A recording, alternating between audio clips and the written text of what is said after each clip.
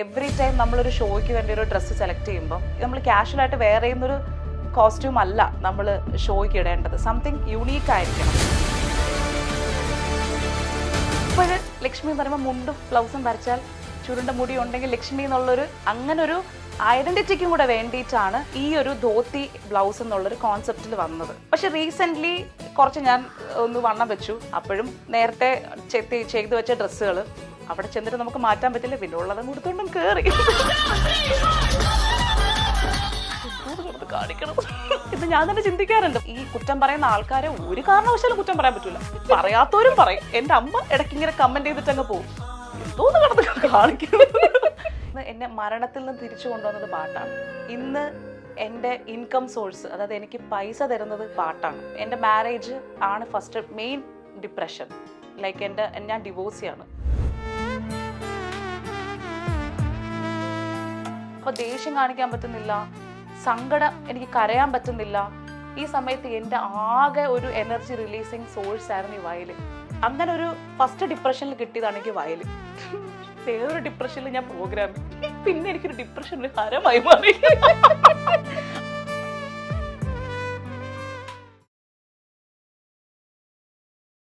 High quality materials കൊണ്ടാണ് നമ്മുടെ ഓരോ വീടും നിർമ്മിച്ചിരിക്കുന്നത്. അതുകൊണ്ട് തന്നെ 10 വർഷത്തെ വാറന്റിയാണ് നമ്മുടെ ഗ്യാരണ്ടി.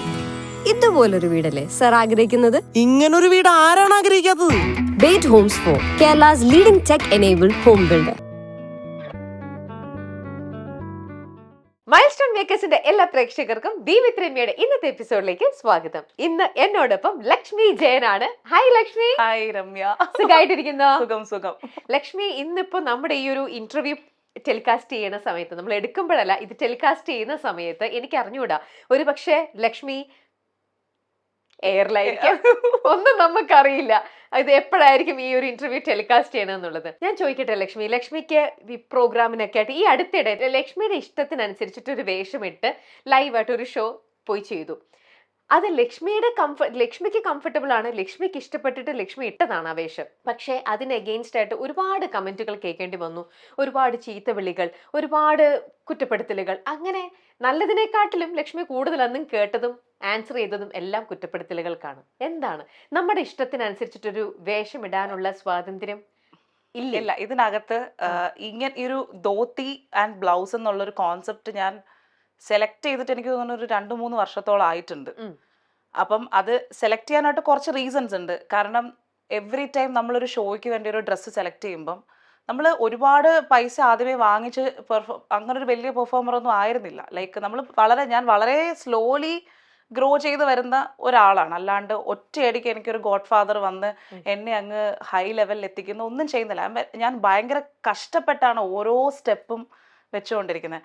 അപ്പോൾ ഇടയ്ക്ക് ഇതുപോലൊരു ഷോ ഞാൻ ഇടയ്ക്കൊക്കെ ചെയ്തുകൊണ്ടിരുന്നത് ഈ pan Indian shows, corporate events ചെയ്യുമായിരുന്നു. അപ്പോൾ അങ്ങനെ അവരുടെ ഒരു ഷോയ്ക്ക് പോയപ്പോഴാണ് ഞാൻ മനസ്സിലാക്കിയത്, ലൈക്ക് നമ്മൾ സാധാരണ യൂഷ്വലി നമ്മൾ കാഷ്വലായിട്ട് വെയർ ചെയ്യുന്നൊരു കോസ്റ്റ്യൂം അല്ല നമ്മൾ ഷോയ്ക്ക് ഇടേണ്ടത്. സംതിങ് യൂണീക്ക് ആയിരിക്കണം. കാരണം നമ്മളൊരു സ്റ്റാർ പെർഫോമറായിട്ട്, നമ്മൾ സ്റ്റാർ അല്ലെങ്കിൽ പോലും നമ്മുടെ കോസ്റ്റ്യൂം സ്പീക്സ്. അപ്പോൾ ആക്ച്വലി ഒരു ബോളിവുഡ് സിംഗറിനെ അവരുടെ കൂടെ ഞാനന്ന് ഒരു ഇവന്റ് ചെയ്തു. ആക്ച്വലി അവരാണ് എനിക്ക് ബേസിക്കലി ഒരു ഇൻസ്പിറേഷൻ പോലെ. എനിക്ക് എന്നുവെച്ചാൽ അത് കൊള്ളാമല്ലോ, she is doing something different എന്നുള്ളത്. പക്ഷെ ആ കോസ്റ്റ്യൂമൊന്നും നമ്മുടെ കേരളത്തിൽ കിട്ടാനില്ല. അത് മാത്രം, പ്രത്യേകിച്ച് എനിക്ക് ട്രിവാൻഡ്രത്ത് വളരെ അങ്ങനൊരു ഹെവി ഫാഷൻ ട്രെൻഡ് ഒന്നും ഉള്ള ഒരു സ്ഥലമല്ല. എനിക്ക് ഉണ്ടായിരിക്കും ഇപ്പം, പക്ഷെ ഞാനിപ്പം ഓൺലൈനിലൊക്കെ പർച്ചേസ് ചെയ്യുന്ന ആളാണ്. പിന്നെ ഒരു നല്ലൊരു കോസ്റ്റ്യൂംസ് മേടിക്കുമ്പോഴത്തേക്കും അത് ഭയങ്കര എക്സ്പെൻസീവാണ്. അതും ഇപ്പോഴത്തെ ഈ സോഷ്യൽ മീഡിയ ഭയങ്കര റീച്ച് ഉള്ളത് കൊണ്ട് തന്നെ ആ ഡ്രസ്സ് നമുക്ക് ചിലപ്പം രണ്ടാമത് ഇടാനും പറ്റത്തില്ല. അപ്പം എൻ്റെ വീട്ടിൽ അങ്ങനെ ഭയങ്കരമായിട്ട് കോസ്റ്റ്യൂമിന് ഞാൻ അങ്ങനെ സ്പെൻഡ് ചെയ്യുന്ന ഒരാളും അല്ല. അപ്പം ഞാനിങ്ങനെ ആലോചിച്ചു, സംതിങ് യൂണീക്ക്, പക്ഷേ it should not be that expensive. പിന്നെ എന്താണ്, എപ്പോഴും നമ്മൾ ഇന്നൊരു ട്രെൻഡ്, നാളെ വേറൊരു സ്റ്റൈല്. ഇപ്പം തന്നെ ഈ ഒരു ഷോയിൽ ഇരിക്കുമ്പം മേ ബി ആ ഒരു കുർത്ത സ്റ്റൈലായിരിക്കും ചിലപ്പം മെയിൻറ്റെയിൻ ചെയ്യുന്നത്. അല്ലാത്ത പക്ഷമാണെങ്കിൽ നമ്മൾ ഹെയർ പലതും ചെയ്യണം. അതിനനുസരിച്ച് ഒരു പെൺകുട്ടി ആകുമ്പോൾ അല്ലെങ്കിൽ ഒരു സ്ത്രീ ആകുമ്പോൾ ഭയങ്കര പാടാണത്. അപ്പം ഞാൻ ആലോചിച്ചത്, എൻ്റെ ഒരു ഒരു ഒരു ഒരു കാർട്ടൂൺ ഇമേജ് വരച്ചാൽ പോലും അത് ഒരു കാർട്ടൂൺ ഇമേജിന് ഒരു ഐഡന്റിറ്റി എന്തെങ്കിലും വേണം. ഓക്കെ. ലൈക്ക് ഇപ്പം മൊട്ടത്തലയാണെങ്കിൽ മൊട്ട വരയ്ക്കുമ്പോൾ ചിലപ്പോൾ ഇന്ന ആർട്ടിസ്റ്റാന്ന് പറയാം, ചുരുണ്ട മുടി വരയ്ക്കുമ്പോൾ ഇന്ന ആർട്ടിസ്റ്റാന്ന് പറയാം. അങ്ങനെ ഒരു ഐഡന്റിറ്റിയേ എനിക്കില്ല.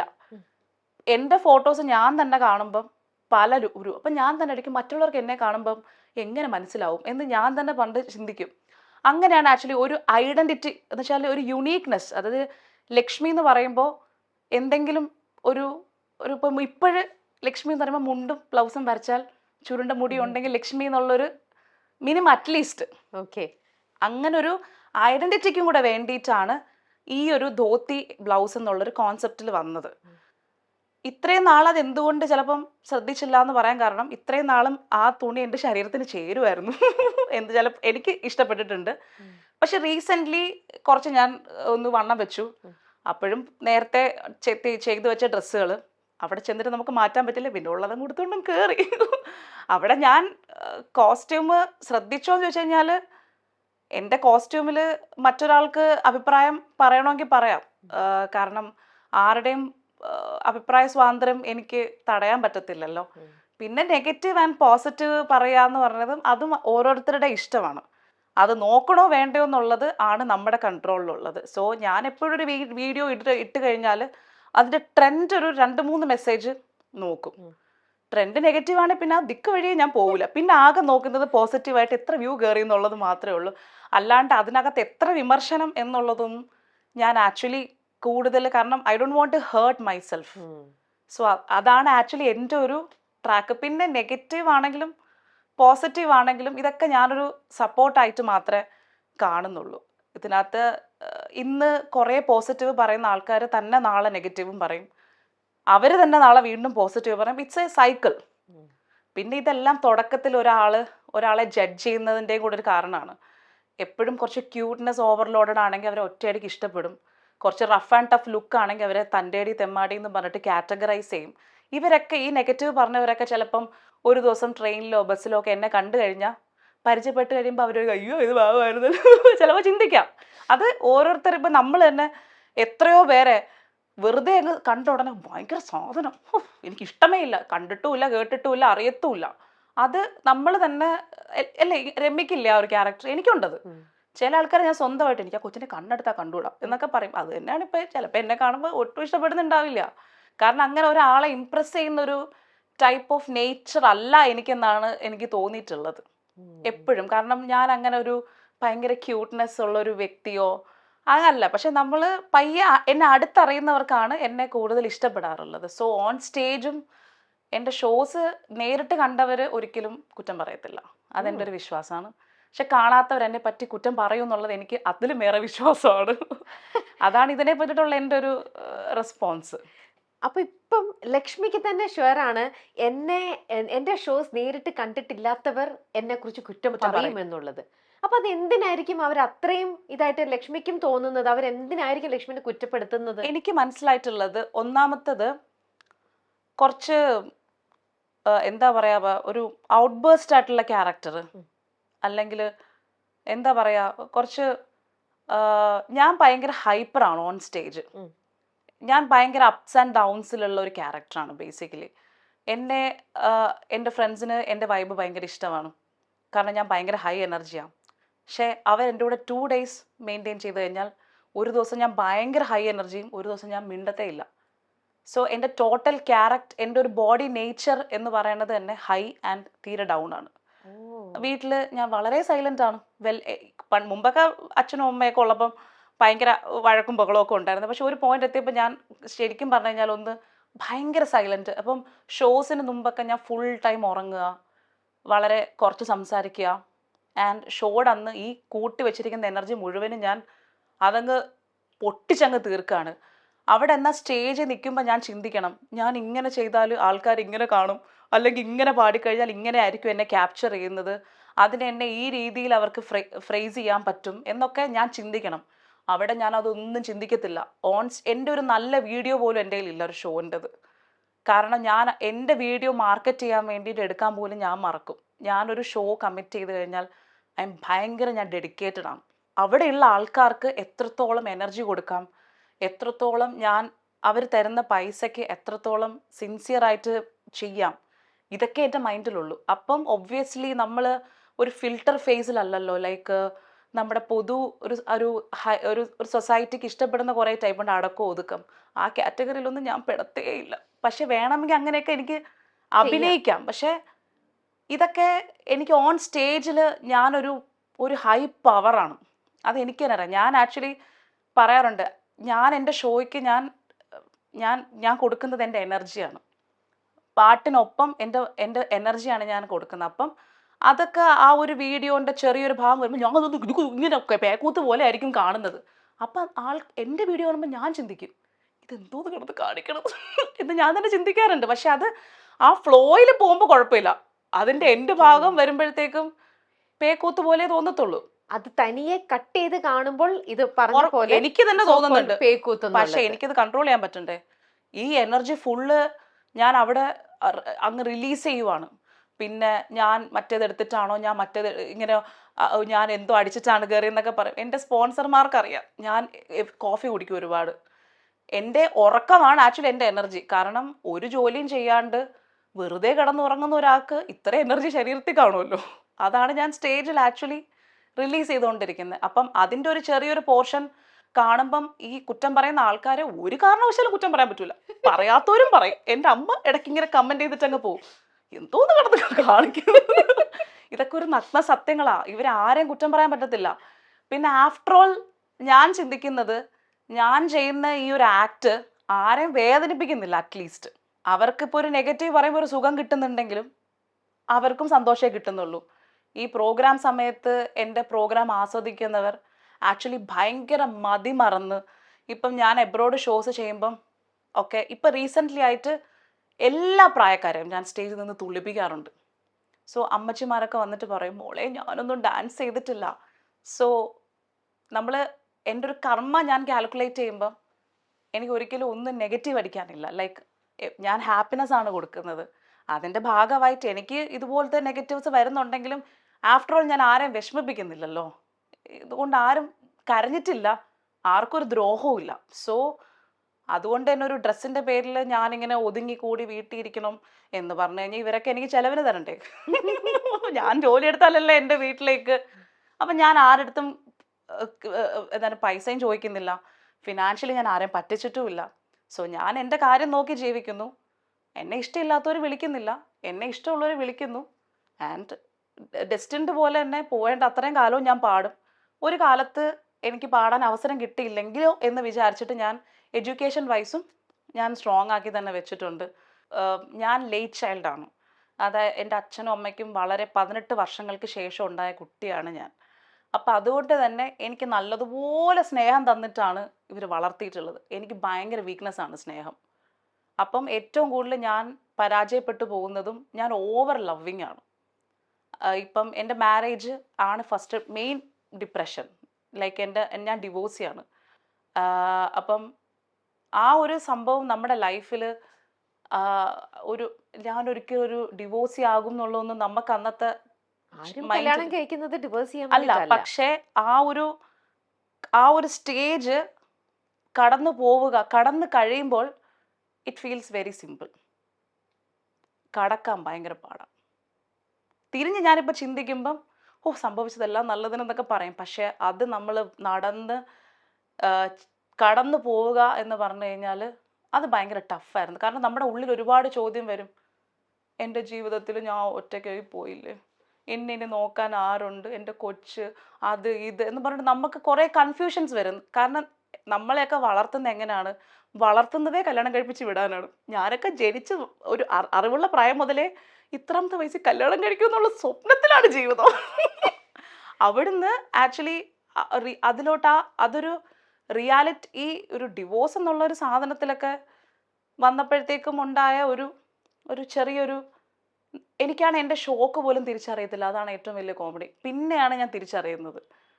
അപ്പം ഇതുപോലെ ഞാൻ കുറച്ച് ദിവസം ഇങ്ങനെ സ്റ്റക്കായി പോയി. കാരണം എനിക്ക് ഞാൻ ഒരിക്കൽ ഒരു ഇൻ്റർവ്യൂവിന് പറഞ്ഞിട്ടുള്ളത് അത് ലൈക്ക് ഞാൻ ഭയങ്കര സൈലൻറ്റ്. ആദ്യമേ ഇതിനെയൊക്കെ വളരെ ചിരിച്ചുകൊണ്ട് ഞാൻ ഫേസ് ചെയ്തു എന്നൊക്കെ പറഞ്ഞിട്ട് അങ്ങ് വിട്ടു. കുറച്ച് കഴിഞ്ഞപ്പോഴാണ് ഞാൻ ചിന്തിച്ചത്, എൻ്റെ ഭർത്താവിന് എന്നെ ശരിക്കും വേണ്ടേ? അയ്യോ ഇയാൾക്ക് എന്നെ ശരിക്കും എന്നെ ഉപേക്ഷിക്കാൻ പോവുകയാണോ, അതെനിക്ക് I am very sensitive person. Basically ഞാൻ ഭയങ്കര സെൻസിറ്റീവ് ആൻഡ് ചെറിയ കാര്യങ്ങളിലൊക്കെ ഭയങ്കരമായിട്ട് ഞാൻ ഇത്രയും ചിന്തിക്കുന്ന ഒരാളായതുകൊണ്ട് തന്നെ it hertz a lot. So അതുകൊണ്ടാണ് ഞാൻ കൂടുതലും ഈ ബാരിയേഴ്സ് ഇട്ടിട്ട്, കാരണം മറ്റൊരാൾ എന്നെ ഹേർട്ട് ചെയ്യാനുള്ള ഒരു സ്പേസ് ഞാൻ കൊടുക്കാറില്ല. അപ്പം അന്ന് ഞാൻ തളർന്നു പോയി. പക്ഷേ ഓരോരുത്തരെ സൃഷ്ടിച്ചിരിക്കുന്നത് ഓരോ കപ്പാസിറ്റിയിലാണ്. ഞാൻ ചിലപ്പോൾ ഒരു മന്ദബുദ്ധി ആയതുകൊണ്ടായിരിക്കും ഈ സമയത്ത് എനിക്ക് അങ്ങനെ അറിയില്ല. ഞാൻ പറഞ്ഞില്ലേ, ഞാനൊരു വയലിൻ വായിച്ചു തുടങ്ങിയത് ഈ ഒരു ഡിപ്രഷൻ സ്റ്റേറ്റിലാണ്. ആ ആ ഒരു സമയത്താണ് എൻ്റെ ചിറ്റ വന്നിട്ട് പറഞ്ഞു, മോളെ നീ ഇങ്ങനെ മിണ്ടാണ്ടിരിക്കുന്നതിന് പകരം ആ വയലിൻ എടുത്തൊന്ന് വായിക്കും. അപ്പം എനിക്ക് എൻ്റെ എനർജി റിലീസ് ചെയ്യാൻ ഒരു രീതിയിലും പറ്റുന്നില്ല. എനിക്ക് മിണ്ടാൻ പറ്റുന്നില്ല, എനിക്ക് കരയാൻ പറ്റുന്നില്ല. ഒരു സ്റ്റക്ക് ഒരു അവസ്ഥയുണ്ടല്ലോ. ഫ്രീസ് ആയി പോയി. ആ എനിക്ക് ഇവിടെ ഇരിപ്പുണ്ട്, പക്ഷെ എനിക്ക് ഇവിടുന്ന് അത് ദേഷ്യം കാണിക്കാനും പറ്റുന്നില്ല. എൻ്റെ ഹസ്ബൻഡിനോട് ഞാൻ പല പ്രാവശ്യം ഇങ്ങനെ കാണിച്ച് കീറാൻ വേണ്ടി ഇങ്ങനെ ചെന്നിട്ട് എന്ന് പറഞ്ഞിട്ട് ഞാൻ വീണ്ടും അവിടെ ചെന്ന് മുഖം കാണുമ്പോൾ ഞാൻ സോഫ്റ്റ് ആയിപ്പോ. അപ്പം നമ്മൾ സപ്രസ് ചെയ്യുന്ന ഒരു സാധനം ഉണ്ടല്ലോ, അത് അപ്പം ദേഷ്യം കാണിക്കാൻ പറ്റുന്നില്ല, സങ്കടം, എനിക്ക് കരയാൻ പറ്റുന്നില്ല, എനിക്ക് സത്യത്തിൽ സൗണ്ടൊക്കെ എനിക്ക് ഇത്രയൊക്കെ എനിക്ക് പറ്റുന്നുള്ളൂ, എനർജി ഇല്ല. മനസ്സിലായോ? ഈ സമയത്ത് എൻ്റെ ആകെ ഒരു എനർജി റിലീസിങ് സോഴ്സ് ആയിരുന്നു ഈ വയലിൻ. അപ്പം അന്ന് ഞാനിങ്ങനെ പണ്ട് പഠിച്ച പാഠങ്ങൾ ഇങ്ങനെ വായിച്ചുകൊണ്ടേയിരിക്കും. അപ്പം ഞാനൊരു 16 മണിക്കൂറൊക്കെ ഇരുന്ന് വായിക്കുമെന്നൊക്കെ ഒരു ഇട്ടപ്പം ഞാൻ കമൻറ്റ് കണ്ട് തള്ളി അങ്ങ് മറിക്കുവാണെന്ന്. ആക്ച്വലി എനിക്ക് തോന്നുന്നത്, എനിക്കതിൻ്റെ സയൻസ് അറിയത്തില്ല, പക്ഷേ ഈ ഡിപ്രഷനിൽ എനിക്കിപ്പം മനസ്സിലാവുന്നത്, എൻ്റെ ഡിപ്രഷൻ്റെ ഒരു പ്രത്യേകത, ഒരു കാര്യത്തിൽ ഫോക്കസ് ചെയ്യാൻ പറ്റും. ഡിപ്രഷനുള്ള സമയത്ത് നമുക്ക് ഒരു കാര്യത്തിൽ ഫോക്കസ് ചെയ്യാം, അത് ഭയങ്കര ഫോക്കസും ആയിരിക്കും. അങ്ങനെ ഒരു ഫസ്റ്റ് ഡിപ്രഷനിൽ കിട്ടിയതാണ് എനിക്ക് വയലിൻ. വേറൊരു ഡിപ്രഷനിൽ ഞാൻ പ്രോഗ്രാമിങ്, പിന്നെ എനിക്കൊരു ഡിപ്രഷൻ ഒരു ഹരമായി മാറി. അപ്പൊ ആരെങ്കിലും ഒക്കെ പറ്റിക്കാൻ വരുമ്പോഴും ഞാൻ പറയും സോറി, ഇറ്റ്സ് ഓക്കെ, കാരണം ഡിപ്രഷൻ കൊണ്ട് അടുത്ത എന്തെങ്കിലും ഒരു പുതിയ കഴിവ് എനിക്ക് കിട്ടിയാലോ. അത് നിങ്ങൾക്ക് ഇപ്പൊ ഡിപ്രഷൻ ഉള്ളവർക്ക് ഇത്രയും ബോധം ഉണ്ടെങ്കിൽ പിന്നെ അവർക്ക് ഡിപ്രഷൻ ഇല്ലല്ലോ. പക്ഷെ ഇതാരും ഫോളോ ചെയ്യണ്ട. പക്ഷെ എന്റെ ഡിപ്രഷൻ ഒരു പ്രത്യേകതയാണ്, ആ സമയത്ത് എനിക്ക് ഒരു കാര്യം കണ്ടിന്യൂസ്ലി ചെയ്യാൻ പറ്റും.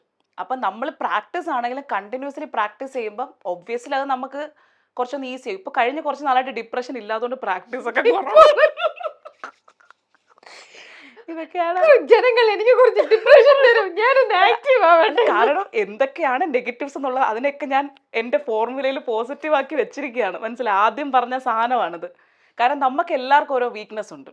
ഈ വീക്ക്നെസ് നമ്മുടെ ഇഷാൻ ദേവ് ഇല്ലേ, ഇഷാൻ ചേട്ടൻ എൻ്റെ അടുത്ത് ഈ പാട്ടിൻ്റെ കാര്യങ്ങളൊക്കെ ഒരുപാട് സംസാരിക്കുന്നതിൻ്റെ കൂട്ടത്തിൽ ചേട്ടൻ പറയും, ഒരു മ്യൂസീഷ്യൻ്റെ നെഗറ്റീവ്സ്, അപ്പം ഒരു തൊണ്ടയിലുള്ള സ്ക്രാച്ച്, അല്ലെങ്കിൽ അവർക്ക് നെയ്സൽ ടോൺ, അതാണ് അവരുടെ യുണീക്നെസ്. എക്സാക്ട്ലി, അതെ. പക്ഷെ നമ്മളത് ചിന്തിക്കൂല, തൊണ്ടയിലൊക്കെ സ്ക്രാച്ച് എന്തൊരു പാട്ടോ എന്നൊക്കെ നമ്മൾ ചിന്തിക്കും. പക്ഷെ അപ്പം നമ്മളുടെ ചില കുറവുകളാണ് നമ്മളെ യുണീക്ക് ആക്കുന്നത്. പക്ഷെ നമ്മുടെ ആ കുറവുകളാണ് അത് പോസിറ്റീവ് ആകുന്നത്. മനസ്സിലായോ? അപ്പം ഞാൻ ആക്ച്വലി എല്ലാത്തിനെയും എങ്ങനെ പോസിറ്റീവ് ആക്കാം എന്നുള്ളൊരു പ്രയത്നവും കൂടാണ്.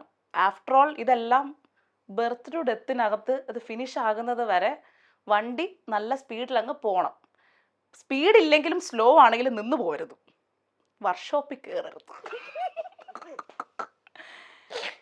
ഇതൊക്കെയാണ്. ഇതിന് ആൾക്കാർക്ക് സൈക്കോ എന്ന് വിളിക്കാം. കാരണം ഇത് എൻ്റെ മാത്രം ഫ്യൂവൽസ് ആണ് to move forward. That's it. കേൾക്കുമ്പോ ലക്ഷ്മി ഇറ്റ്സ് വെരി ഇൻട്രസ്റ്റിംഗ്. പക്ഷെ പറയണതെല്ലാം നമുക്ക് തോന്നും എല്ലാം ഫാക്റ്റ് ആണല്ലോ. എല്ലാം ഫാക്റ്റ് ആണ്. പക്ഷെ നമുക്ക് ഇപ്പൊ ഈ പറയുന്നതൊക്കെ പെട്ടെന്ന് ഫോളോ ചെയ്യാൻ പറ്റത്തില്ല. ഒരാൾക്ക് അങ്ങനെ ചെയ്യാൻ പറ്റത്തില്ല. അതായത് ഞാൻ തന്നെ കുറെ കാലങ്ങൾ കൊണ്ടാണ് ഇങ്ങനെ, ഇന്നും ഒരിടത്തും എത്തിയിട്ടൊന്നുമില്ല. ഇത് മൈൻഡ് സ്ട്രെങ്ത് പോലും ഒരിടത്തും എത്തിയിട്ടൊന്നുമില്ല. പക്ഷെ സ്റ്റിൽ ഞാൻ എപ്പോഴും മേക്ക് ഷുവർ ചെയ്തുകൊണ്ടേയിരിക്കും. ആൻഡ് ലൈഫിൽ ഓരോ ഘട്ടത്തിലും എനിക്ക് ഓരോ കാരണങ്ങൾ കിട്ടും. ഇപ്പൊ കുറച്ച് നാള് ഒരാൾ നമ്മുടെ സാറുണ്ട്, ഇവന്റ്സ് ഒക്കെ ചെയ്യുന്ന അജിത് സാറും. അത് പണ്ട് ഞാൻ സാറിനെ കാണുമ്പോഴേക്ക് എൻ്റെ ഭർത്താവ് അങ്ങനെ, എനിക്ക് ഭർത്താവ് ഇല്ലാണ്ട് ജീവിക്കാൻ പറ്റില്ല, എപ്പോൾ സാറിനെ കണ്ടാൽ ഈ കഥ പറച്ചില്ല. ഒരിക്കൽ സാർ ഇങ്ങനെ നോർമലി പറഞ്ഞു പോകുന്നതിൻ്റെ കൂട്ടത്തിൽ എൻ്റെ അടുത്ത് പറഞ്ഞു, ഒരു പാട്ടുകാരിയെ സംബന്ധിച്ചിടത്തോളം അവളുടെ ആദ്യ ഭർത്താവ് സംഗീതമായിരിക്കണം. ഈ ഒരു പോയിന്റ്. അപ്പം അതൊക്കെ ഞാൻ കേട്ട്, സാറ് എനിക്ക് എൻ്റെ ഭർത്താവ് ഇങ്ങനെ കരഞ്ഞിട്ട് ഞാൻ വീടെത്തി കഴിഞ്ഞപ്പോൾ വീണ്ടും ഈ സാധനം ബ്രെയിനിൽ കയറി. അപ്പം ഞാൻ ആലോചിച്ച് ശരിയാണ്. ഏഹ് ഈ ഞാൻ ഈ പാട്ട് പാടുന്നതുകൊണ്ട് പല പ്രാവശ്യവും ഞാനിങ്ങനെ മരിക്കണമെന്നൊക്കെ പറഞ്ഞിങ്ങനെ പറഞ്ഞ് കരഞ്ഞുകൊണ്ടൊക്കെ ഇരിക്കുമ്പോഴത്തേക്കും പെട്ടെന്ന് ഫോൺ റിങ്ങി. പണ്ട് AC പ്രൊഡ്യൂസർ രാജേഷേട്ടൻ വിളിക്കും, ലക്ഷ്മി ആ വരമ്പഞ്ഞളാടി ഒന്ന് പാടിത്തരൂ. ഞാൻ പറയും ചേട്ടാ ഞാൻ കരഞ്ഞുകൊണ്ടിരിക്കുകയാണ്. ലക്ഷ്മി എനിക്ക് രണ്ടുപേരും ഒന്ന് പാടിത്തരും. അപ്പം വരമഞ്ഞളാടി അതിപ്പോൾ ചരണം മനുവല്ലം എത്തുമ്പോഴത്തേക്ക് എൻ്റെ മരിക്കണം എന്നുള്ള ടെൻഡൻസി അങ്ങ് ആ മൈൻഡ് അങ്ങ് മാറിക്കഴിഞ്ഞു. അപ്പം ഞാൻ ആലോചിച്ചപ്പം പലപ്പോഴും എൻ്റെ ജീവിതത്തിൽ നിന്ന് എന്നെ മരണത്തിൽ നിന്ന് തിരിച്ചു കൊണ്ടുവന്നത് പാട്ടാണ്. ഇന്ന് എൻ്റെ ഇൻകം സോഴ്സ്, അതായത് എനിക്ക് പൈസ തരുന്നത് പാട്ടാണ്. ചില സമയത്ത് നമ്മൾ പാട്ട് കേൾക്കുമ്പോൾ നമ്മൾ വികാരധീരരാകും. ഇതേ പാട്ട് ചിലപ്പോൾ നമ്മളെ കരയിപ്പിക്കും. ഇതേ പാട്ടായിരിക്കും നമ്മളെ ഡാൻസ് ചെയ്യിപ്പിക്കുന്നത്. സോ ഒരു ഭർത്താവ് ചെയ്തു തരുന്ന അല്ലെങ്കിൽ നമുക്കൊരു അന്നം എല്ലാം നമ്മളൊരു ഭർത്താവിൽ നിന്നും ഡിപ്പെൻഡ് ചെയ്യുന്ന പോലത്തെ എന്നെ രാജ്യങ്ങൾ കൊണ്ട് കാണിക്കുന്നു, എൻ്റെ ലൈഫ് സെക്യൂർ ആക്കുന്നു. ഇതെല്ലാം ശരിക്കും പാട്ട് ചെയ്യുന്നുണ്ട്.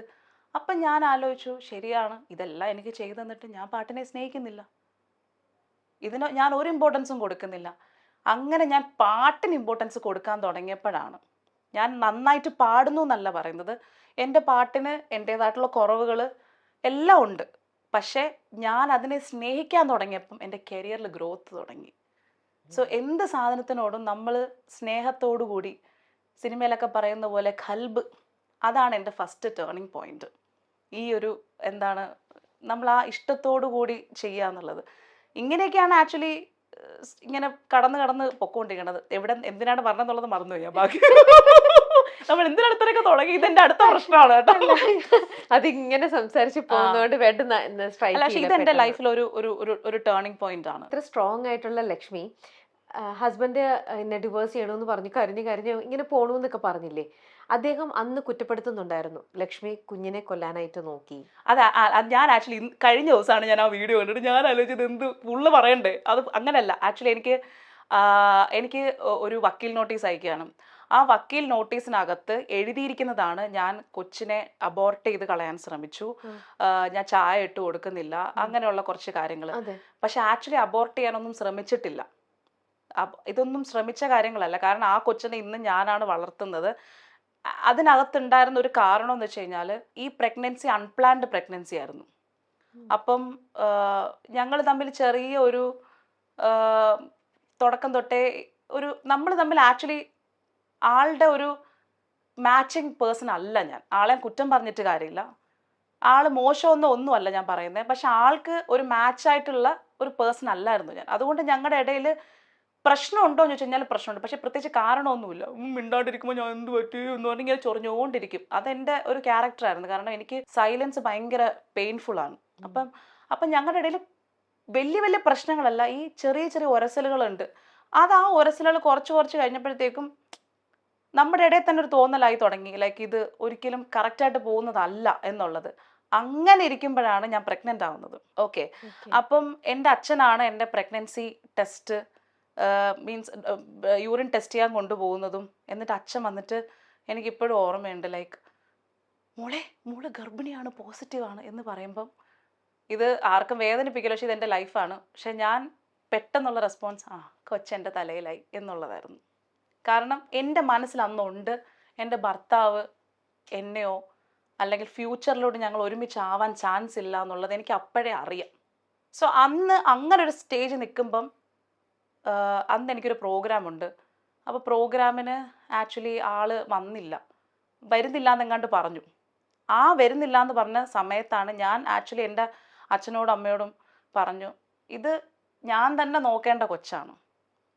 അപ്പം അന്ന് എൻ്റെ പ്രായവും ചെറുതാണ്, ലൈക്ക് 24 ഞാൻ പ്രഗ്നൻ്റ് ആവുന്നത്. അന്ന് ഞാനിങ്ങനെ ചോദിച്ചിട്ടുണ്ട് എന്തിനാണ് ഇങ്ങനെ. അപ്പം അവർ നോക്കുമ്പോഴും ഒരു ഉത്തരവാദിത്ത കുറവുണ്ടോ എന്നുള്ള ഒരു ടെൻഷൻ അവർക്ക് വന്നപ്പം നമ്മളിങ്ങനെ ഹസ്ബൻഡിനെ ഒന്ന് ചൊടിപ്പിക്കാൻ വേണ്ടി പറഞ്ഞ്, നിങ്ങൾക്ക് മോളെ നോക്കാൻ പറ്റത്തില്ല എന്നുണ്ടെങ്കിൽ വേണ്ടാന്ന് വെച്ചേക്ക് എന്നുള്ളൊരു സാധനമാണ്. അത് ആക്ച്വലി കളയാൻ വേണ്ടിയിട്ടല്ല. കാരണം എൻ്റെ അച്ഛനും അമ്മയ്ക്കും ഒരു കൊച്ചുണ്ടാവാൻ ലേറ്റ് ആയതിൻ്റെ വിഷമം നല്ലതുപോലെ അറിയാവുന്നവരാ. അപ്പം എൻ്റെ അച്ഛനും അമ്മയും പറഞ്ഞത് അവൻ നോക്കോ ഇല്ലയോ എന്നുള്ളത് രണ്ടാമത്തത്. ഇപ്പം നിനക്കൊരു കുഞ്ഞ് വയറ്റിലുണ്ടായി, ഇനി നിങ്ങൾക്ക് നാളെ വേണം എന്ന് തോന്നുമ്പോൾ ചിലപ്പോൾ ഉണ്ടാവണമെന്നില്ല. അന്ന് കോടികൾ കൊടുത്താൽ പോലും ഒരു കൊച്ചിനെ കിട്ടണമെന്നില്ല. അതുകൊണ്ട് അവൻ നോക്കിയില്ലെങ്കിലും കുഴപ്പമില്ല, ഞങ്ങൾ നോക്കും. എന്നാണ് അന്ന് പറഞ്ഞത്. പക്ഷെ ആളെ കേൾപ്പിക്കാൻ വേണ്ടിയിട്ട് നമ്മളൊന്ന് ഇങ്ങനെ ഒന്ന് കൊളുത്തി വിട്ടു നോക്കി. അന്ന് പിന്നെ പ്രോഗ്രാമിലൊക്കെ കൊണ്ടുപോയി ഭയങ്കര സ്നേഹമൊക്കെ ആയിരുന്നു ആള്. ആണോ? അന്ന് എന്നെ ഷോയ്ക്ക് കൊണ്ടുപോയി തിരിച്ചു കൊണ്ടുവന്ന് ടോട്ടലി എനിക്ക് എൻ്റെ ഭർത്താവിനെ തിരിച്ചു കിട്ടിയ പോലത്തെ ഭയങ്കര ഹാപ്പി ആയിരുന്നു. ആ ഒരു സംസാരമാണ് ആള് ഇതിനകത്ത് മെൻഷൻ ചെയ്തത്. അന്നും ആൾക്കറിയാം ഇയാൾ ഈ ഒരു ഡിവോഴ്സിന്റെ പേപ്പർ അയക്കുമ്പോഴും എൻ്റെ കൊച്ചെൻ്റെ കയ്യിലുണ്ട്. ആ കൊച്ചിനെ ഇന്നും നോക്കുന്നത് ഞാനാണ്. സോ അങ്ങനെ അപ്പൊ ഇതൊക്കെ കേട്ടപ്പോൾ എനിക്ക് ചിരി വന്നു. ഇത് കേട്ടപ്പോൾ എനിക്ക് ചിരി വന്നത്, ചായ ഇട്ട് കൊടുക്കാത്തൊരു പേരും ഡിവോഴ്സ്. ഞാൻ ചായ ഇട്ട് കൊടുക്കുന്നതല്ല, എൻ്റെ വീട്ടിൽ അമ്മയാണ് എല്ലാം കുക്ക് ചെയ്തുകൊണ്ടിരുന്നത്. ആളുടെ വീട്ടിൽ ആളുടെ അമ്മ ആണ് എപ്പോഴും കുക്ക് ചെയ്യുന്നത്. ആളുടെ അമ്മ ലൈക്ക് എന്നെ മോളെ പോലെയാണ്, എന്നെ കൊണ്ട് ഒന്നും ചെയ്യിപ്പിക്കത്തില്ല. സത്യത്തിൽ ഏറ്റവും വലിയ ലോസ് എനിക്ക് എൻ്റെ മദർ ഇൻ ലോ ആണ്. പക്ഷെ എൻ്റെ വീട്ടിലാണെങ്കിൽ ഞാൻ വളർത്തി വഷളാക്കിയ കൊച്ചുവാണല്ലോ. അപ്പോൾ അത് കാരണം ഇതൊക്കെ കണ്ടപ്പോൾ എനിക്ക് പെട്ടെന്ന് ചിരി വന്നു. പക്ഷെ ചിരിച്ച് കഴിഞ്ഞ് ഒരു മണിക്കൂറെല്ലാം കഴിഞ്ഞപ്പോഴാണ് ഞാൻ ചിന്തിക്കാൻ തുടങ്ങി, ആള് ഒരു വക്കീൽ നോട്ടീസ് വരെ അയക്കുകയാണെന്നുണ്ടെങ്കിൽ അതിൻ്റെ അർത്ഥം he literally don't want me. അവിടെയാണ് ആക്ച്വലി ഞാൻ റിയാലിറ്റിയിലോട്ടൊന്ന്, അതുവരെ കളിച്ച് ചിരിച്ചും കളഞ്ഞ്. അവിടെ നിന്ന് ഇച്ചിരി ടഫായിരുന്നു. പക്ഷെ എന്നും പറഞ്ഞത് ഞാൻ തളർന്നു കൊടുത്തില്ല. ഞാൻ അഡ്വക്കേറ്റിനെ വിളിച്ച് പറഞ്ഞു, ചേട്ടാ ഞങ്ങൾ തമ്മിൽ പിരിക്കുകയേ ചെയ്യല്ലേ, ഈ കേസേ വിട്ടുകളാ. അങ്ങനെ ആക്ച്വലി ആളുടെ അഡ്വക്കേറ്റ് ആ കേസ് വിട്ട് കളഞ്ഞു. ആളല്ല ചെയ്തിട്ടില്ല, ആളല്ല ഞങ്ങളെ പിരിച്ചത്. ലാസ്റ്റ് എനിക്കും വേണ്ടാന്ന് തോന്നിയപ്പോൾ എൻ്റെ അഡ്വക്കേറ്റ് ആണ് ഞങ്ങളുടെ മ്യൂച്വൽ ഡിവോഴ്സിന് പോകുന്നത്. ഇതിനിടയിൽ ലക്ഷ്മി പറഞ്ഞു അന്ന് പുള്ളി ഒരുപാട് സ്നേഹിച്ചു, പ്രോഗ്രാമിന് കൊണ്ടുപോയി സ്നേഹിച്ചു. അല്ല പിന്നെയും എങ്ങനെയാ അദ്ദേഹം പിന്നെയും ആ ഒരു ഇഷ്ടക്കേട് നിങ്ങളുടെ ഇടയിൽ വന്നത്? അല്ല, അതായത് അതാണ് ഞാൻ പറഞ്ഞത്, ഞാനും ആളും മാച്ചിങ് അല്ല. അതുകൊണ്ട് തന്നെ ഇന്ന് 1 മണിക്കൂറോ 2 മണിക്കൂറോ സ്നേഹമുണ്ടെങ്കിൽ ആള് സ്നേഹമില്ലാത്ത ഒരാളായിട്ടൊന്നും എനിക്ക് തോന്നിയിട്ടില്ല. എനിക്ക് അല്ലെങ്കിൽ ഞാൻ കുറെ നാള് ഇതിനു വേണ്ടി വിഷമിക്കുവോ, സ്നേഹമില്ലാത്ത ആളെന്നല്ല. പക്ഷെ എവിടെയോ ഒരു കോമ്പാറ്റബിൾ ഇഷ്യൂസ് ഉണ്ടായിരുന്നു. It's not like blaming him or nothing. ആളെ എനിക്ക് ബ്ലെയിം ചെയ്യാനും ആഗ്രഹമില്ല. എൻ്റെ അമ്മ പറയും, എത്രയോ നല്ല ആലോചന വന്നതാണ്, അവൻ്റെ മൂക്ക് നോക്കിയിട്ടാണ് പോയത്, ആളെ കാണാൻ നല്ല ഭംഗിയൊക്കെ ഉണ്ടാണ്ട് എനിക്ക് ആളുടെ മൂക്ക് ഭയങ്കര ഇഷ്ടം. അപ്പോൾ അപ്പോഴും ഞാൻ പറയുന്നത്, ആളെ ഞാൻ കല്യാണം കഴിച്ചത് കൊണ്ടാണ് നേരത്തും കാലത്ത് ഞാൻ ഡിവോഴ്സുമായി ഒരു കൊച്ചുമായി എനിക്കിപ്പോൾ കരിയറിൽ ഫോക്കസ് ചെയ്യാനും പറ്റുന്നുണ്ട്.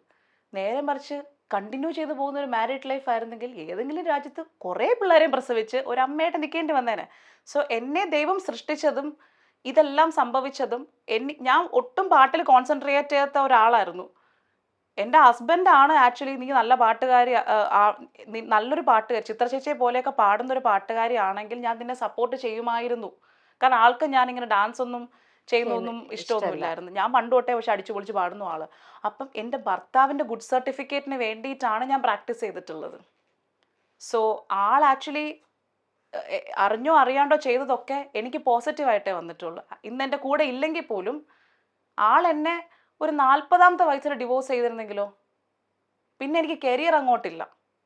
പിന്നെ ഒരു കൊച്ചിനെ തരാണ്ട് പോയിരുന്നെങ്കിലോ, നാട്ടുകാരൊക്കെ പറയും ഒരു കൊച്ചു വേണ്ടേ ജീവിതത്തിൽ, ഇതിപ്പോൾ ഒന്നും പ്രശ്നമില്ലല്ലോ, കൊച്ചുമുണ്ട്, ഡിവോഴ്സുമായി, ഇനി പ്രശ്നവുമില്ല. സോ ഇതിനെ പറയുന്നതിന് നെഗറ്റീവായിട്ട് എടുക്കാം. പക്ഷെ ഇതിനെയൊക്കെ പോസിറ്റീവായിട്ട് ഞാൻ കാണുന്നത് കൊണ്ടാണ്. I don't want to think about the negative side. So എൻ്റെ എൻ്റെ എക്സ് ഹസ്ബൻഡിൻ്റെ കാര്യത്തിലാണെങ്കിൽ ഐ എം സോ ഹാപ്പി. ആള് ഇട്ട് ലാഗ് ചെയ്ത് ഒന്നും നശിപ്പിച്ചില്ല. സോ ആ ഒരു സൈഡിൽ ഐ എം സോ താങ്ക്ഫുൾ. കാരണം എൻ്റെ ഒരു ഭയങ്കര ഡ്രാസ്റ്റിക് ചേഞ്ച് ഉണ്ടായത് ആഫ്റ്റർ സെപ്പറേഷൻ ആണ്. യെസ്, അത് പറഞ്ഞിട്ടുമുണ്ടല്ലോ ലക്ഷ്മി. പക്ഷെ അതിന് തൊട്ട് മുമ്പേ നിങ്ങളുടെ ലവ് മാരേജ് ആയിരുന്നോ? It's not like a love marriage. പക്ഷേ ഞങ്ങൾക്കൊരു പ്രപ്പോസൽ വന്നപ്പോഴേ എനിക്ക് കാണാൻ ഇഷ്ടപ്പെട്ട്. കൈലാസനാഥനിലെ ആളെ പോലെയൊക്കെ ഇരുന്ന് കാണാൻ എനിക്ക് ഭയങ്കര സൗന്ദര്യ ആരാധികയാണ് ഞാൻ. സോ ആളെ കാണാനൊക്കെ കൊള്ളാം. പിന്നെ വളരെ ഒരു ശാന്തമായ സ്വഭാവമാണ്. പിന്നെ എൻ്റെ ഒരു പ്രോഗ്രാം കണ്ടിട്ടാണ് അവരുടെ പ്രപ്പോസൽ വരുന്നത്. സോ അപ്പം ഞാൻ ആക്ച്വലി വിചാരിച്ചത് എൻ്റെ ഈ പേക്കൂത്ത് കണ്ടിട്ടാണല്ലോ വന്നത്, ഇനി ഇതിൽ കൂടുതലൊന്നും എന്താണ് എൻ്റെ ക്യാരക്ടർ എന്ന് റോ ആയിട്ട് ഇവർ കണ്ടിട്ടുണ്ട്. ഫാമിലിയും, അതായത് ആളുടെ സഹോദരിയും സഹോദരിയുടെ ഭർത്താവും. അപ്പോൾ ഇത്രയും ഒരു റോ ആയിട്ട് എന്നെ മനസ്സിലാക്കിയിട്ടുണ്ടെങ്കിൽ there is no other issues. പിന്നെ ഞങ്ങളുടെ പെണ്ണുകാടൽ ചടങ്ങിൻ്റെ അന്നും എല്ലാവരും, എൻ്റെ കുടുംബക്കാരെല്ലാവരും വളഞ്ഞു കുത്തി ഇരുന്നിട്ട് എൻ്റെ കുറ്റങ്ങൾ മാത്രമേ പറഞ്ഞു കൊടുത്തിട്ടുള്ളൂ. അതായത് വളർത്തി വഷളാക്കിയ കുട്ടിയാണ്, അവർ ഞങ്ങളുടെ എല്ലാവരുടെയും ചെല്ല കുട്ടിയാണ്, അതുകൊണ്ട് തന്നെ അതിൻ്റെ പ്രശ്നങ്ങൾ ഉണ്ടാവും. പിന്നെ അവൾ പാടാൻ പോവും, ആൾക്കാർ നിന്ന് ഫോട്ടോ എടുക്കും അന്ധകാലത്തിൽ. എന്നാലും അപ്പോഴിതൊക്കെ വലിയ കാര്യമായിട്ട് പറഞ്ഞു കൊടുത്തതാ. എല്ലാ കാര്യങ്ങളും പറഞ്ഞു കൊടുത്തിട്ടാണ്, അല്ലാണ്ട് ഒരിക്കലും ഒരു ഹിഡൻ ഒരു ഒരു അജണ്ട അല്ല ഒന്നുമില്ല. മനസ്സിലായോ? അപ്പൊ എല്ലാം പറഞ്ഞു കൊടുത്തിട്ട് പിന്നെ ആണുങ്ങളാണ് അവരുടെ ഫ്രണ്ട്സൊക്കെ പറയും നിന്റെ ഭാര്യ ഇങ്ങനെ നടക്കുക. അതൊക്കെ ഒബ്വിയസ്ലി നമുക്ക് അറിയില്ലല്ലോ, എല്ലാവർക്കും ഒരേ കപ്പാസിറ്റി ഇല്ല. അതുകൊണ്ട് തന്നെ അതിലൊന്നും എനിക്ക് എന്തില്ല ആളുടെ ഭാഗത്ത്. എനിക്കിപ്പോൾ ഒരു പരാതിയില്ല. എനിക്ക് പരാതി ഇല്ലാത്തടത്തോളം പിന്നെ ആർക്കും പരാതി ഇല്ലല്ലോ. ആഫ്റ്റർ ഓൾ ഞാനാണല്ലോ പരാതി പറയേണ്ടത്. എനിക്ക് പരാതിയില്ല. പിന്നെ എന്തിനായിരിക്കും ലക്ഷ്മിക്ക് തോന്നിയത് ഓക്കെ ഞാൻ ഇനി ഡിവോഴ്സ് ചെയ്യാം? അത് ലക്ഷ്മി ചെയ്ത് അത് പറഞ്ഞില്ലേ? കറക്റ്റാ. അതായത് ഞാൻ എപ്പോഴും ചോദിക്കും എന്ത് പ്രശ്നം. എന്നിട്ട് ഞാനിങ്ങനെ ചോദിക്കും എന്തെങ്കിലും ഞാൻ തെറ്റ് ചെയ്തിട്ടുണ്ടെങ്കിൽ അങ്ങ് ക്ഷമിച്ചേക്ക്, എന്നെ വീക്ഷിക്കില്ലേ എന്നൊക്കെ പറഞ്ഞിട്ട് ഞാനിങ്ങനെ എപ്പോഴും ഭയങ്കരമായിട്ട് ബെക്ക് ചെയ്യും. പക്ഷെ ഒരു പോയിന്റ് എത്തിയപ്പോഴത്തേക്കും ആള് എൻ്റെ അടുത്ത് പറഞ്ഞു ഇന്ന് നീ എൻ്റെ ജീവിതത്തിൽ നിന്ന് പോയാൽ എനിക്കൊരു നല്ല ജീവിതം കിട്ടും. ഓക്കെ, ഓ. ഇത് ചിലപ്പം മറ്റുള്ളവർക്കും ഉപകാരപ്പെട്ടേക്കാം, ഞാൻ എങ്ങനെയാണ് അതിന് ഡിസിഷൻ എടുത്തെന്നുള്ളത്. ഞാൻ ആ സിറ്റുവേഷൻ കുറച്ച് കഴിഞ്ഞപ്പോൾ ഞാൻ തിരിച്ച് ചിന്തിച്ചു, what if I don't need my husband? എൻ്റെ ഹസ്ബൻഡിനെ എനിക്ക് വേണ്ടാന്നുണ്ടെങ്കിൽ ഒബ്വിയസ്ലി ആൾ എൻ്റെ മുമ്പിൽ വന്ന് ബെഗ് ചെയ്താലും കരഞ്ഞ് നിലവിളിച്ചാലും എന്ത് കഷ്ടമാണിതെന്നേ തോന്നത്തുള്ളൂ. വൺസ് നമുക്ക് ഇഷ്ടം പോയി കഴിഞ്ഞാൽ പിന്നെ നമുക്ക് അക്സെപ്റ്റ് ചെയ്യാൻ പറ്റൂല. കറക്റ്റ് അല്ലേ? അപ്പം ഞാൻ തിരിഞ്ഞ് ചിന്തിച്ച് ആൾക്ക് എന്നെ ഇഷ്ടമില്ല, അപ്പം ഞാനിരുന്ന് കരയുന്നു, കാല് പിടിക്കുന്നു, എന്ത് കാര്യം? It will not touch their heart. സ്നേഹമുള്ളപ്പോൾ മാത്രമേ നമ്മുടെ കണ്ണുനീരിനും നമ്മുടെ സ്നേഹത്തിനും എല്ലാത്തിനും വില എല്ലാത്തിനും. ഉണ്ടാവുള്ളൂ. ആൾക്ക് എവിടെയോ എന്നോടത്തുള്ളൊരു സ്നേഹം നഷ്ടപ്പെട്ടു. അതും കുറ്റം പറയാൻ പറ്റത്തില്ല. നമുക്കൊരാളെ സ്നേഹിക്കുന്നതും സ്നേഹം നഷ്ടപ്പെടുന്നതും എല്ലാം പെട്ടെന്ന് സംഭവിക്കുന്ന കാര്യങ്ങളാണ്. ആൾക്ക് എൻ്റെ അടുത്ത് സ്നേഹം നഷ്ടപ്പെട്ടു പോയി. ചിലപ്പോൾ ഞാൻ സമ്മതിക്കുന്നു എൻ്റെ കുഴപ്പങ്ങൾ മാത്രം കൊണ്ടാണ് എങ്കിൽ തന്നെ ഞാനപ്പോൾ ചിന്തിച്ചു ലൈക്ക് ആൾക്ക് എന്നോട് ഇഷ്ടമില്ല എന്നുണ്ടെങ്കിൽ ഞാൻ ഈ കരയുന്നതൊന്നും ആൾക്ക് ഇറിറ്റേഷൻ മാത്രമേ ഉള്ളൂ. നമ്മൾ സ്നേഹിക്കുന്ന ആളുടെ ഹാപ്പിനെസ് അല്ലേ നമ്മൾ നോക്കേണ്ടത്. അതിനൊരു സാക്രിഫൈസ് ആയാലും കുഴപ്പമില്ല. അങ്ങനെ എൻ്റെ മൈൻഡിൽ ആക്ച്വലി അന്ന് ഒരു തോട്ട് ഉണ്ടായിരുന്നു ലൈക്ക് ഇപ്പോൾ ഒരു ഡിവോഴ്സ് കൊടുക്കാം and let him take a break and let him come back to me എന്നുള്ളതായിരുന്നു ആക്ച്വലി എൻ്റെ ഒരു മൈൻഡിൽ.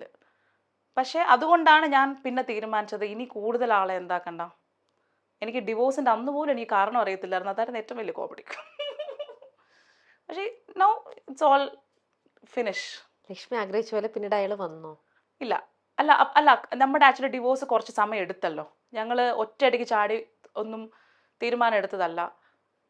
മേ ബി ഞങ്ങൾ ഡിവോഴ്സും കഴിഞ്ഞ് കുറേ കാലങ്ങൾ കഴിഞ്ഞിട്ടാണ് ആള് എന്നെ വിളിച്ചിട്ട് ആളുടെ ഭാഗത്ത് ഉള്ള തെറ്റുകൾ അല്ലെങ്കിൽ ആള് പറഞ്ഞു എനിക്ക് മിസ്റ്റേക്ക് പറ്റിപ്പോയതാണ്, ലൈക്ക്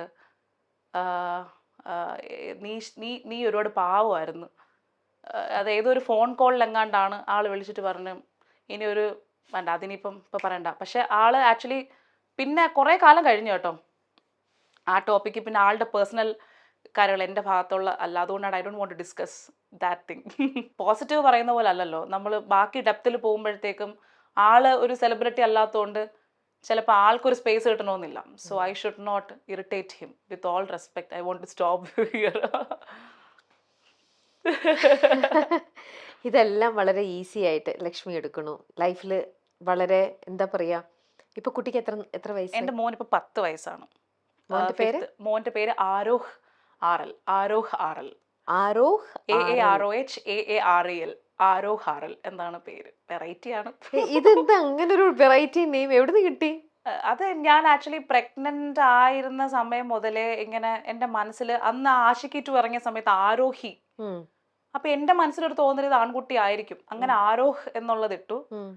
പിന്നെ ആറൽ എന്ന് വന്നത് ഒരു ട്വിസ്റ്റ് കഥയാണ്, അതും എനിക്ക് ഇവിടെ പറയാൻ താല്പര്യമില്ല. Okay okay. ആരോഹ് ആറൽ എന്ന് വന്നപ്പോഴത്തേക്കും ഈ ഹായുടെ കഷ്ടപ്പാട് ആ ആറലിൽ അങ്ങ് തീരും. അല്ലെങ്കിൽ ആരോ ആരോ എവിടെ പോയി എന്നൊക്കെ ചോദിക്കാൻ അവർ ആരോഹ് ആറൽ. അപ്പം ആ ഹായില് it has a meanings and a reason. അത് ഇവിടെ പറഞ്ഞിട്ട് ശരിയാവത്തില്ല. അതെ ഓക്കെ, എന്നാ അവിടെ ഇരിക്കട്ടെ. എന്തായാലും മോനിപ്പോ 10 വയസ്സാ. മോന് 10 വയസ്സാണ്. And is a very sweet boy. എല്ലാം അറിഞ്ഞ് വളരുന്ന ഒരു I'm so blessed to have a boy like that.